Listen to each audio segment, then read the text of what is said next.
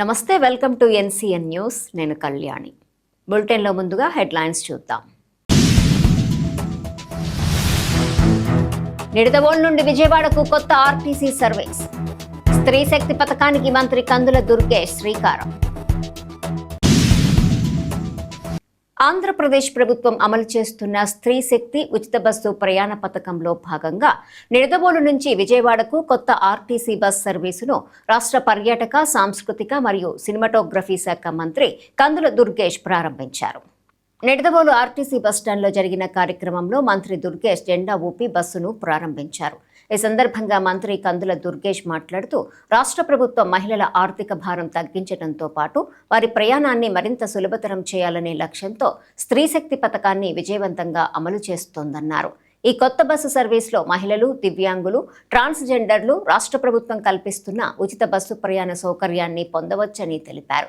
ప్రజల నుంచి వచ్చిన విజ్ఞప్తులు, స్థానిక అవసరాలను దృష్టిలో పెట్టుకుని నిడదవోలు నుంచి విజయవాడకు ఈ కొత్త సర్వీసును అందుబాటులోకి తీసుకొచ్చామన్నారు. ఈ అవకాశాన్ని మహిళలు పూర్తి స్థాయిలో వినియోగించుకొని విద్య, ఉద్యోగం, వ్యాపారం, వైద్యం తదితర అవసరాలకు ఎలాంటి ఇబ్బందులు లేకుండా ప్రయాణించాలని సూచించారు.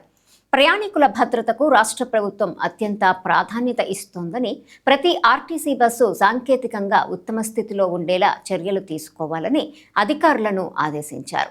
వాహనాల నిర్వహణ, డ్రైవర్లు, సిబ్బంది సేవల్లో నాణ్యత ఉండేలా ప్రత్యేక శ్రద్ధ వహించాలని సూచించారు.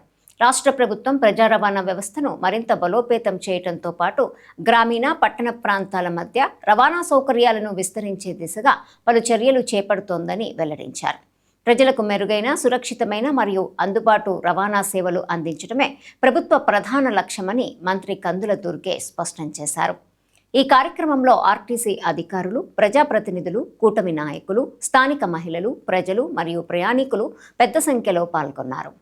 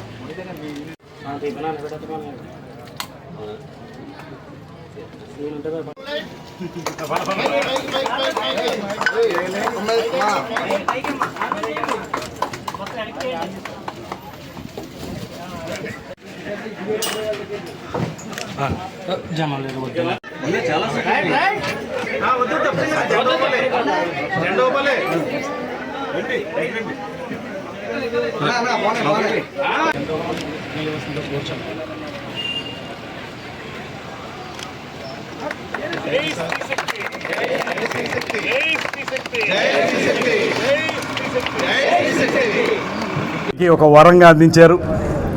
ఇవాళ పేద వర్గాలకు చెందినటువంటి మహిళలు కానీ, దివ్యాంగులు కానీ, ట్రాన్స్జెండర్స్ కానీ, వారు ఎవరైనా సరే ఏ ప్రాంతానికైనా సరే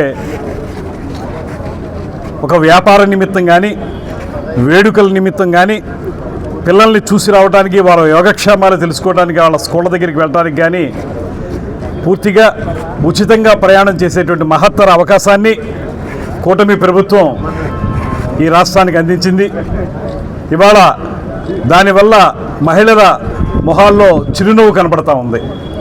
వారందరూ కూడా ఈ స్త్రీ శక్తి పథకం గురించి మాట్లాడినప్పుడు ప్రతి ఒక్కరూ కూడా మేము చాలా ఆనందంగా ఉన్నాం, మా పర్యటనలకు అయ్యేటువంటి ఖర్చు చాలా తగ్గింది, ₹1 కూడా ఖర్చు పెట్టక్కర్లేకుండా గమ్యస్థానాలకి మేము చేరగలుగుతున్నాం అనేటువంటి మాట వారు చెప్పి వారందరూ ఆనందపడతా ఉన్నారు. ఆ సందర్భంగా ఇంకా కొన్ని చోట్లకి ఉచిత బస్సులు కావాలనేటువంటి మాట చాలా సందర్భాల్లో చాలామంది మనకి చెప్పడం జరిగింది. ముఖ్యంగా జువల్ రాంబాబు గారు, ఇతర ముఖ్యులు అందరూ చాలామంది చాలాసార్లు నన్ను విశాఖపట్నానికి, విజయవాడకి బస్సులు కావాలి, ఉచిత బస్సులు కావాలనేటువంటి మాట కోరడం జరిగింది. అదేవిధంగా చాలామంది నాకు వాట్సాప్లో నేను రెస్పాండ్ అవుతాను కాబట్టి నాకు చాలామంది వాట్సాప్లో కూడా పెట్టి మీరు ఎటువంటి పరిస్థితుల్లో మాకు కొన్ని ఏరియాలకు ఇంకా బస్సులు పెంచాలనేటువంటి మాట చెప్పారు. అయితే ఉన్నటువంటి పరిమితుల్ని దృష్టిలో పెట్టుకుని నేను ఆర్ఎం గారితో రెగ్యులర్గా మాట్లాడుతూ ఉన్నాను. ఇవాళ నాకు చాలా ఆనందంగా ఉంది. ప్రధానమైనటువంటి ప్రాంతం ఇవాళ మన రాష్ట్రానికి విజయవాడ. ఏ పని మీద రావాల్సి వచ్చినా విజయవాడ రావాలి, అక్కడే సెక్రటేరియట్, అక్కడే అన్ని పనులు ఉంటాయి. కాబట్టి మహిళలు ఎవరికైనా సరే ఏ పని కావలసినా నిడదవోలు నుంచి మన నియోజకవర్గం నుంచి అందరూ కూడా ఈ ఉచిత బస్సులో ప్రయాణం చేసి విజయవాడలో పనులు పూర్తి చేసుకుని వచ్చేదానికి ఒక మహత్తర అవకాశం దొరికింది. అందుకు ప్రత్యేకించి అందరికీ కూడా అభినందనలు తెలియజేస్తూ ఈ కార్యక్రమాన్ని సాకారం చేసినటువంటి ఆర్ఎం గారికి, డిపో మేనేజర్ గారికి కూడా అభినందనలు తెలియజేస్తున్నాను. రాబోయే రోజుల్లో మరిన్ని ప్రాంతాలకి మరిన్ని బస్సులు వేయాలి. దాంతోపాటు ముఖ్యమైనటువంటి అంశం బస్సులు కండిషన్లో నడపాలి. అది కూడా చాలా ముఖ్యం. భద్రతా ప్రమాణాలు అనేవి చాలా ముఖ్యం. దానికోసం బస్సుల్ని కండిషన్లో నడపడం, అదేవిధంగా అంతరాయం లేకుండా బస్సులు నడపడం, నిరాఘాటంగా కొనసాగించడం అనేది చాలా ముఖ్యం.